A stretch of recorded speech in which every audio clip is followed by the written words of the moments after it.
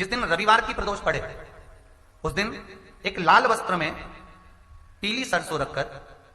और उसके अंतर्गत कुछ भी एक या तो बमूल का कांटा ना मिले तो गुलाब का कांटा ही उसके अंतर्गत रख लीजिए। और मान लो कोई काम ऐसा है कि उसमें पैसा तुम्हारा आ ही नहीं रहा, बहुत घाटे पर घाटा जा रहा है, नुकसान बहुत हो रहा है और कोई काम हो ही नहीं रहा, तो महाराज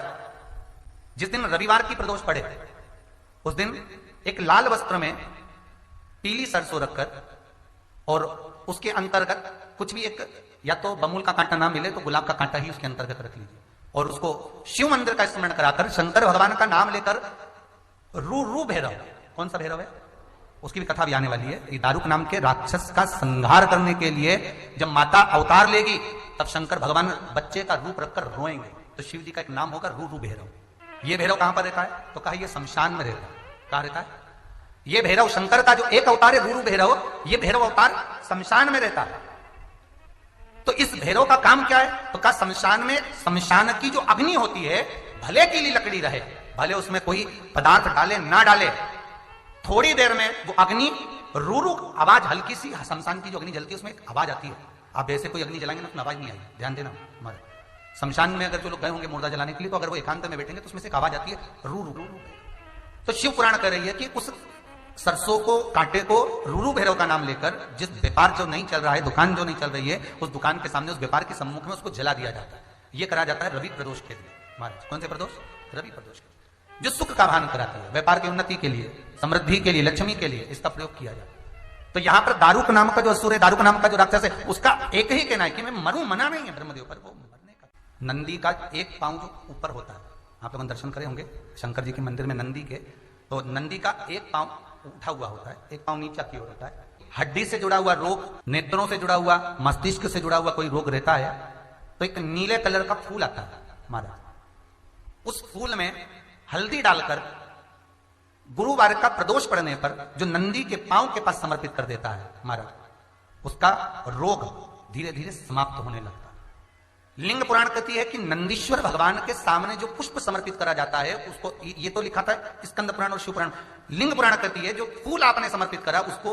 लाकर पानी की बाल्टी में डालकर आप स्नान भी कर सकते हो, उससे भी हड्डी के जितने रोग होते हैं उसमें आराम लगने लगता है। जैसे कहीं शरीर नहीं चल रहा, हाथ झुन्न पड़ रहा है, हाथ काम नहीं कर रहा, हाथ में झुंझुनी आ रही है, कंपन आ रहा है, जैसे मान लो कोई काम, चाहे वो शनिचरी प्रदोष हो, चाहे रविवार की हो, सोमवार की हो, मंगल की हो, बुधवार की हो, गुरुवार की हो, शुक्रवार की हो, शनिवार की हो, कोई भी वार की हो, प्रदोष, प्रदोष काल में शाम का समय सूर्य डूब रहा हो, बस डूबा ही हो, और उस समय पर केवल 3 दिन ऐसे रहेंगे, 3 बार ऐसे रहेंगे, 3 तिथियां ऐसी रहेंगी, 3 समय ऐसा रहेगा जिस समय पर तेरे द्वारा निर्मित शूल को भी शिव धारण करेगा और जगत का कल्याण करेगा। 3 दिन, 3 तिथियां, 3 बार, 3 नक्षत्र, 3 घड़ी, 3 पल,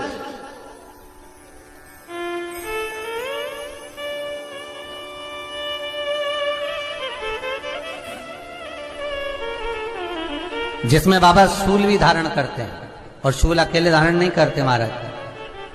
जो धतूरा होता है ना, दर्शन करें धतूरे के, कांटे कांटे सा होता है धतूरा, तो वो धतूरे के साथ में बाबा शूल धारण करते हैं, बेलपत्री के शूल को। ये बहुत बहुत आनंदमय कथा है महाराज जी, जिसके जीवन में हमेशा कांटे ही मिले हैं। बेटी बड़ी हुई तो घर में मायके में दुख देखा, और मायके से गई ससुराल में तो ससुराल में दुख देखा, ससुराल में भी दुख देखने के बाद में भी पति को बहुत कुछ काम खुलवाया, बहुत धंधे खुलवाए, नौकरी लगवाई, पर वो पति बार बार छोड़ कर आ गया, बार बार तकलीफ भोग रहा है, बार बार कष्ट भोग रहा है।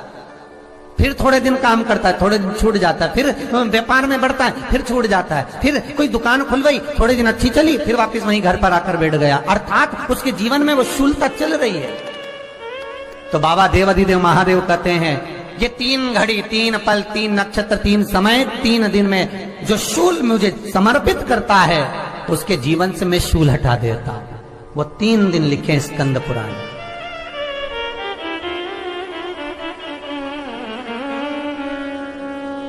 महाराज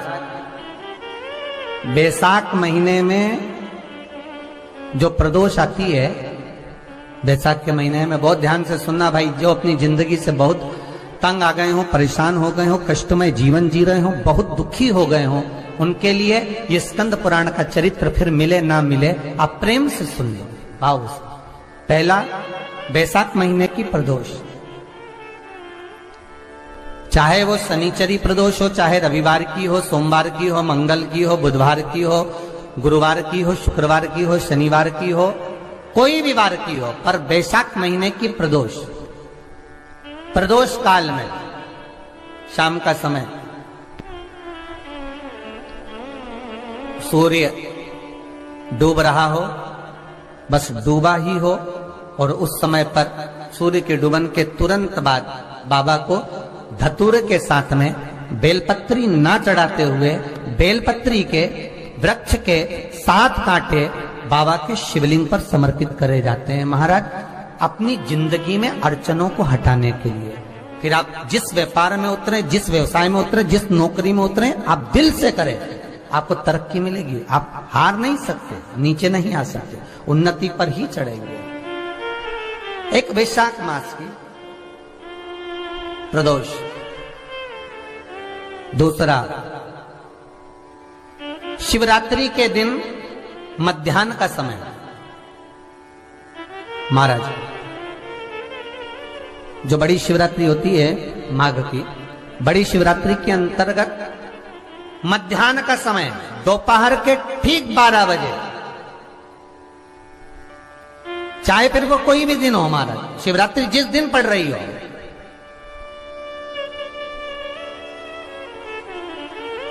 उस दिन भी धतूरे के साथ बाबा को 7 कांटे बेलपत्री के वृक्ष के समर्पित होते हैं महाराज। इसमें आप ये वाले जो कांटे हैं, जो शिवरात्रि के दोपहर 12 बजे वाले हैं, अगर कोई मदिरा पीने वाला हो, व्यसन में डूबने वाला हो, कोई जुआ खेलने वाला हो, कोई गलत वैश्यावृत्ति करने वाला, या अपने मार्ग से विचलित कोई व्यक्ति है, उसके लिए भी ये कांटे बहुत काम आते हैं महाराज। दूसरा, पार्वती तेरे द्वारा तेरे नयन अश्रु से जो प्रगटा हुआ बेल का वृक्ष है, द्वितीय शूल मैं वहां धारण करता हूं, तृतीय शूल, तीसरा शूल जो वर्णन करा गया महाराज, भगवान श्रावण के महीने में, श्रावण के महीने में जो भी दूसरा सोमवार पड़े, जो भी पड़े, श्रावण के महीने का दूसरा सोमवार, आप सबको पहले भी श्रावण के महीने में जो कथा कही उसका व्याख्यान वर्णन करा कि श्रावण का महीने का महत्व क्या है, वो भी आपको ऑनलाइन कथा में आप लोग सुन चुके हैं, लाइव कथा में श्रावण का पूरा महत्व बताया था कि श्रावण के महीने में शंकर भगवान को पूरा लेखा जोखा का भार प्रदान किया गया था। दूसरा सोमवार, श्रावण के महीने का जो दूसरा सोमवार होता है, उस दूसरे सोमवार में रात्रि के समय पर, अर्थात शास्त्र अब घड़ी और पल का स्मरण करेंगे तो रात्रि के बजेंगे 10 से 12 बजे महाराज, 10 से 12 के बीच में धतूरे के साथ बाबा को शूल समर्पित होता है महाराज। ये भी हमारी बाधाओं को, हमारी तकलीफों को, व्यापार व्यवसाय के लिए, नौकरी सर्विस के लिए, बहुत सारे एग्जाम में आप बैठ लिए, गवर्नमेंट एग्जाम के लिए बैठ लिए, नहीं हो रहा, ये 3 बार मेरे शंकर को बेलपत्री के वृक्ष के शूल समर्पित होते हैं, उसका आनंद पाना। मेरी जीजियों, 2 चीजें बड़ा स्मरण में रखिएगा। एक, बैसाख महीने में मट्टी के पात्र का जल, अभी अभी क्या चल रहा है, फागुन, अभी क्या चल रहा है, फागुन। जब बैसाख का महीना आए ना,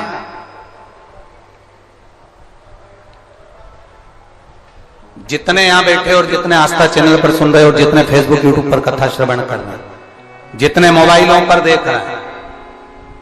प्रयास करना, बैसाख के महीने में मिट्टी के पात्र में जो रात्रि भर जल रखा हो, मिट्टी के पात्र में, अगर आपके पास में घड़ा हो, हंडा हो, नी हो, तो दिया हो, दीपक हो, कुल्लड़ हो, कोई भी तुम्हारे पास में जो मिट्टी का पात्र उसमें जल भरना, वो जल बैसाख के महीने की किसी भी सोमवार के दिन, किसी भी सोमवार के दिन, बैसाख महीने या किसी प्रदोष के दिन या बैसाख महीने के शिवरात्रि के दिन, वो मिट्टी के पात्र का जल अपने घर के प्रत्येक व्यक्ति का स्पर्श कराकर उस मिट्टी के पात्र के जल को तांबे के पात्र में डाल लीजिए और घर के प्रत्येक व्यक्ति का स्पर्श करा लीजिए और शंकर भगवान पर कुंदकेश्वर महादेव के नाम से समर्पित करिए। कुंदकेश्वर महादेव। कभी जीवन में पीछे पलट कर देखने की जरूरत नहीं पड़ेगी, आप उन्नति की सीढ़ी की ओर बढ़ते चले जाओगे। बैसाख महीने में मिट्टी के पात्र का जल भगवान शंकर को समर्पित होना चाहिए, उसका सुख हमारे जीवन को एक आनंद फल प्रदान। जैसे कहते हैं ना, कोई अच्छा मिले ना मिले, धन मिलने से कोई भाग्यशाली नहीं होता।